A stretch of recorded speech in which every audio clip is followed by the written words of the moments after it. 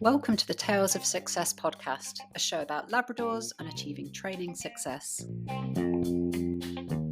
Welcome to the Tales of Success podcast with me, Vikki Sharpe. And in this episode, we're going to look at separation stress or separation anxiety, but more specifically, how we can prevent it from happening in the first place. We're going to delve into what separation anxiety actually is, what causes it, the signs that you need to be looking out for, and how to prevent separation anxiety occurring. We'll also look at the skills that you can work on with your Labrador to help them feel really settled, whether you're at home with them or whether you've left them for a period of time. And we're also going to help you look at your routine and develop a predictable routine to make your Labrador's life much easier. First up, just to look at separation anxiety and what it actually is. It can be called many different things, sometimes referred to as separation stress, separation anxiety, separation issues. It's actually just all of the same thing, but with a slightly different name. So I'm going to refer to it as separation anxiety during this podcast, but just be aware it can also be called lots of different things as well. And separation anxiety is when a dog experiences stress and some form of behavior problems when they are separated or parted from their owner. Examples of separation anxiety might actually be destructive behavior. It could be barking, it could be howling, or unwanted or unexpected toileting while you're out of the house. And these behaviors that we associate with separation anxiety can occur within seconds of the human leaving the house. But in more severe cases, you might actually see these behaviors starting to occur even earlier.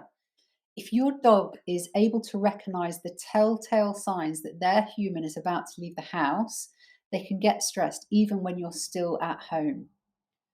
This might surprise some of you, but it's estimated that around 75% of dogs experience some form of separation issues. That is a crazy number, and our dogs really do rely upon us humans such a lot that a whopping 75% of them can experience some form of stress when they get left alone. There are things that we can do though, so we need to know what causes separation issues. And once we know what causes these issues, it allows us to create a plan to prevent it from happening. So let's look into what causes separation anxiety. There are many, many reasons why your dog may develop separation anxiety, but possible causes could be that you have a significant change to your routine or schedule. And at the time of recording this, we're in the middle of a pandemic. We're all working from home, we're in lockdowns. That's a huge change to our routine, but also the routine that our dog has become used to in previous months or years gone by. Separation anxiety can also occur after a traumatic event. So it could be the loss of a loved one. It might be a marriage breakup, a divorce, or even just moving house, so changing the environment. It can be quite traumatic for a dog, and that can be a trigger for separation issues taking place. It could also be a traumatic event whilst your dog is home alone. So, as an example of this, I've got two dogs. I've got Bodhi and Jess, and both dogs were absolutely fine at being left alone for many, many years. And around about 2 to 3 years ago, Bodhi and Jess were home alone while we'd gone out to do some shopping. And during that time, our house got broken into. Unfortunately, we have no way of knowing what happened while we were out. Thankfully, neither dog appeared to be injured in any way, shape, or form. But something happened that caused Jess to find that quite traumatic. As a result of that, she's developed some attachment issues where actually she's not keen on being left alone. And that's because she's now got background information that something not great happened when she was left alone. So that's a good example of how a traumatic event might put separation stresses upon your dog. It could be as simple as the window cleaner startling them while you're at work one day. Separation anxiety can also be caused by just having a really strong attachment to a particular human. I'm sure in the first few weeks of having your dog home, they're with you all the time, and they absolutely should be, but they get used to that, and that causes a real strong attachment, which then means that when your dog is left alone, they dislike it because they're not used to it. if we go right back to day one of your Labrador's life, they've never been left alone. From the moment they were born, they were with brothers, they were with sisters, they were with mum, probably a few kids in the house, probably a few adults. So they've always had people and dogs around them. And that will be a consistent thing up until the 8-week period. And at 8 weeks, the humans go in and we scoop up our puppy, give them lots of love and cuddles, and then we take them back to their new house. And from that point onwards, certainly for the first couple of weeks, you've probably been with them all the time. So straight away, we can see for the first 3 months of their life minimum, they've never, ever been alone. I want you to ask yourself whether your Labrador is learning a very unrealistic routine at the moment. Is what is happening currently normal? In recent years, especially through this COVID-19 pandemic, lots and lots of dog owners have either experienced being on furlough, they've worked from home, they've been isolating, or they've been locked down. That is absolutely amazing for the Labradors because they've had us with them all the time. And it just means we've been able to spend much more time around our dogs. You may have even welcomed a dog into your house during that time because you've got loads of spare time. You've got more time to dedicate to a dog. This strange new routine that we've all got ourselves into over the last couple of years has unintentionally contributed to causing some separation anxiety for a lot of pups out there because they've learnt that we're always around. We've made that their new normal.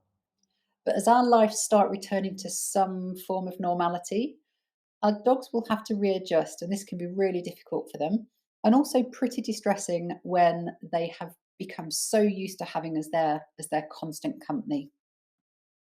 So now we're going to look at the signs of separation anxiety. There are lots and lots of telltale signs and little indications that your dogs might give you to show that they're unhappy.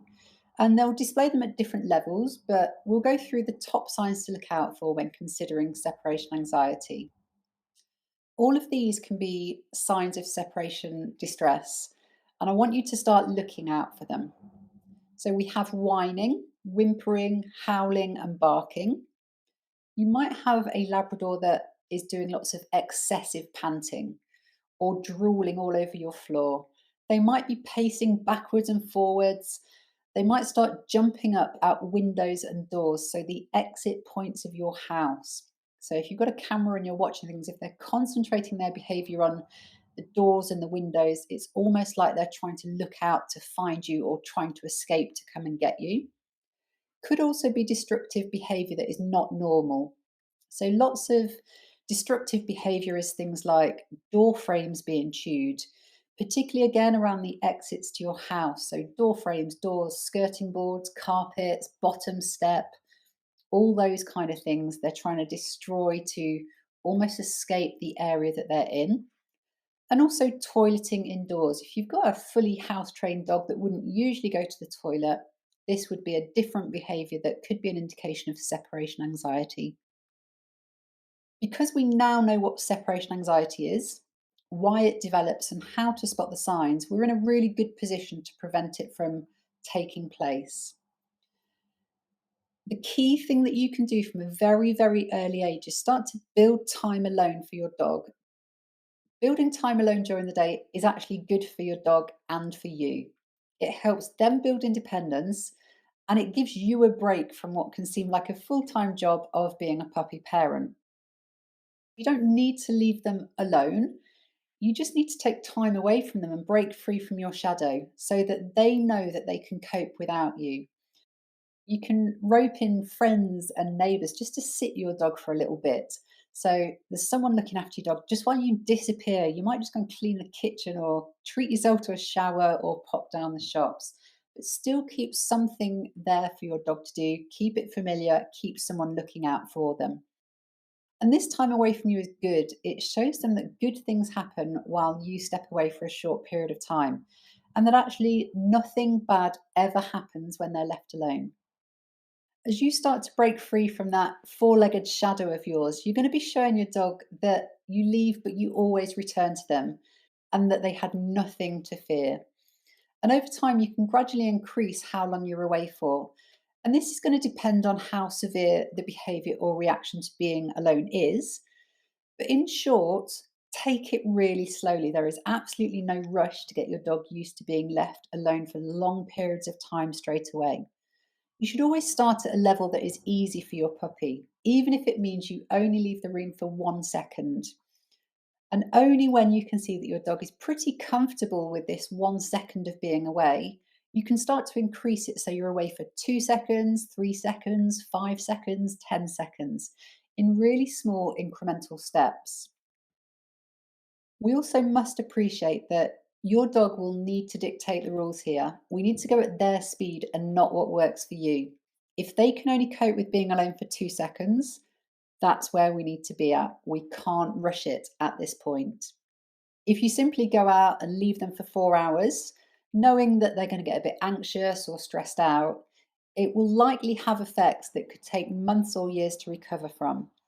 So never ever put them in a position that they are uncomfortable with. Aim to keep them under the threshold of what they can cope with.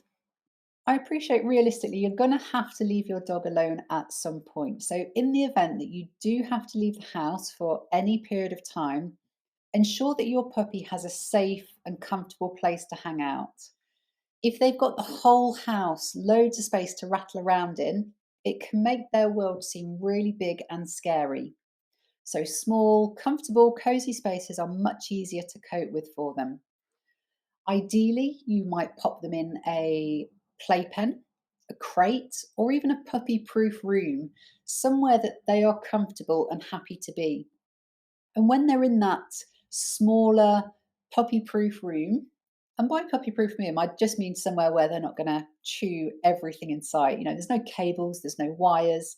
It's a safe place for them to be in. And when you've got them in that puppy proof room, we need to make sure that we've got things that are happening. So, first of all, background noise. This breaks up awkward silence. Play your TV, play a bit of Radio 4, get your smart speaker to play some noises.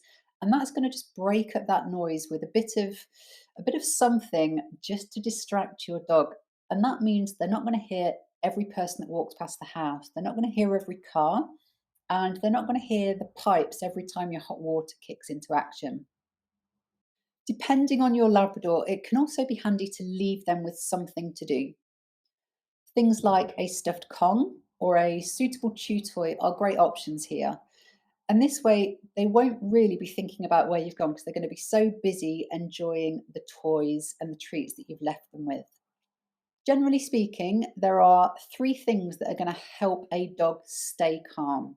That is chewing, licking, and sniffing. So anything that revolves around those three activities is going to work well for your dog. So we've got licky mats, kongs, snuffle mats.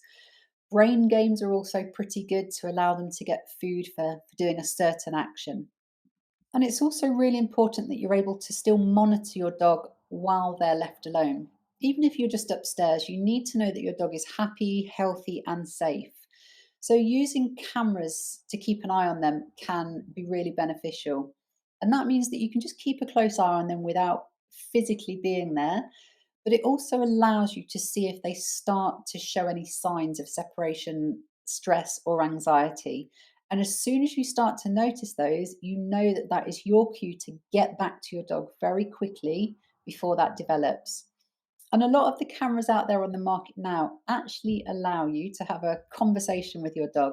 You can speak through your camera almost like you would a walkie talkie or a baby monitor, just to offer them some reassurance that can sometimes really help.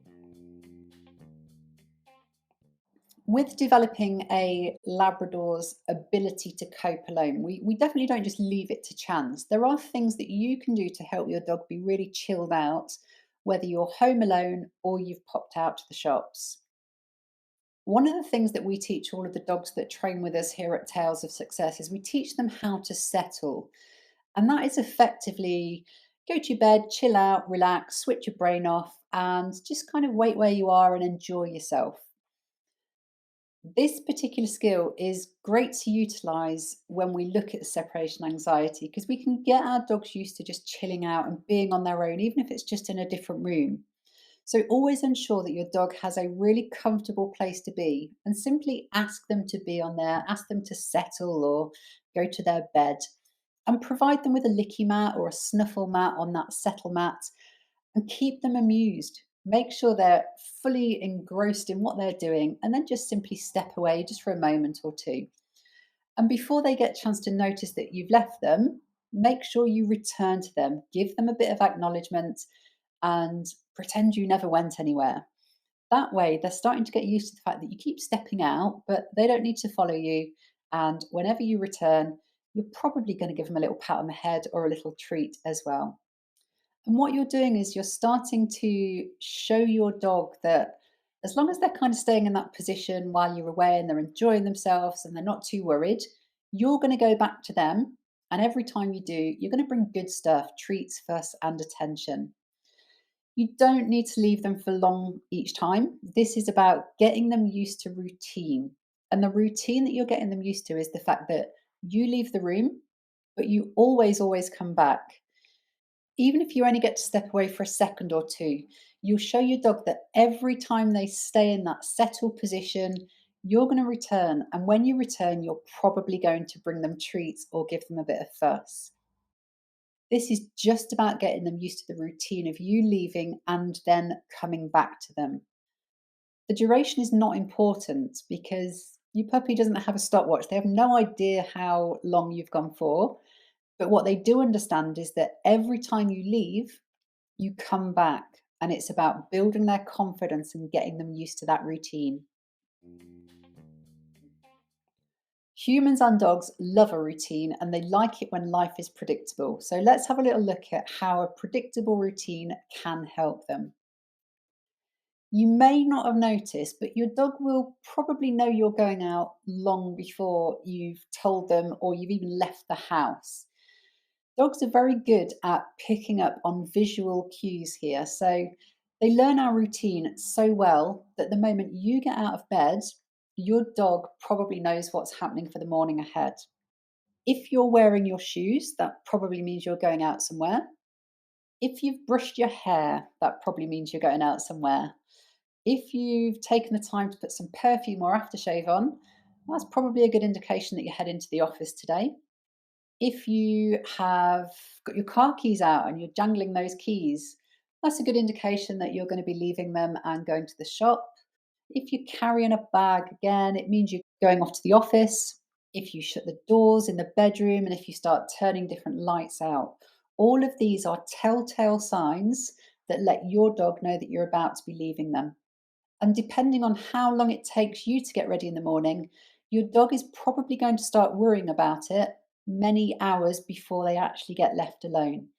So if you take 2 hours to get ready from getting out of bed, that's 2 hours that potentially your dog has started to stress out for without you even noticing.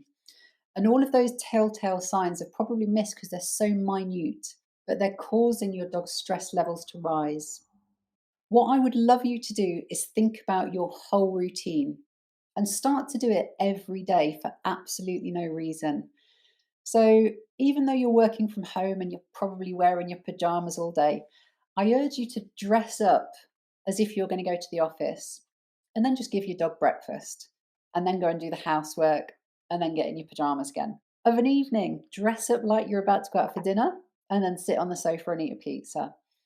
It starts to make your routine less of an event for your dog because it becomes a little bit more normal. And actually, the only routine that we want our dogs to learn is that every time you leave the house, you always come back and everything was okay. In recap, the biggest points from this podcast that you need to start thinking about is break free from your shadow and make time alone a normal thing for your dog. It does not matter for how long, but do it really frequently. And time alone doesn't have to be out of sight. You don't have to leave the house. It could just be that you disappear into another room.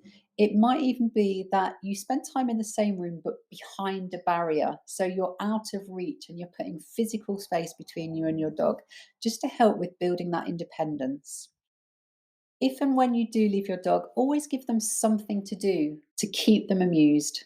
When you do leave, never ever leave for a duration that causes your dog to get worried or stressed. Keep them under their threshold of what they are capable of achieving.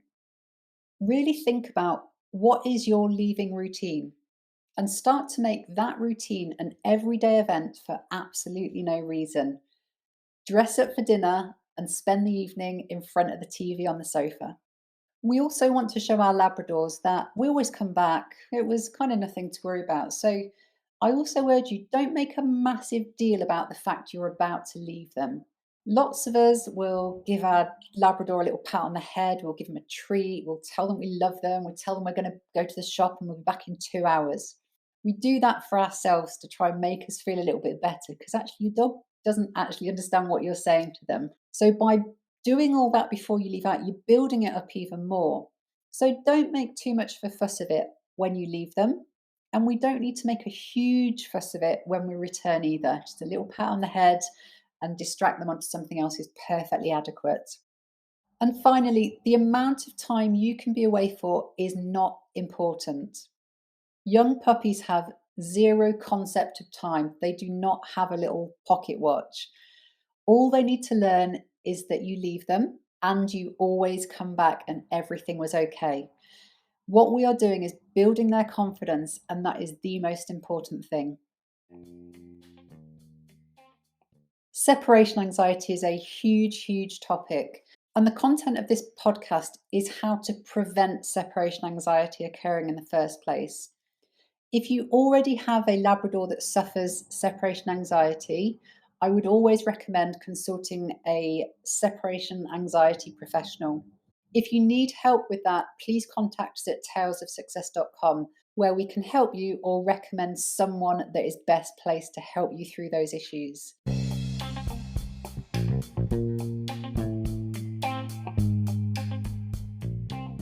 Thanks for joining us. We hope that has been useful to you. But from me, all I want to finish off by saying is be caring, be consistent, and be your Labrador's best teacher. I'll catch you on the next episode.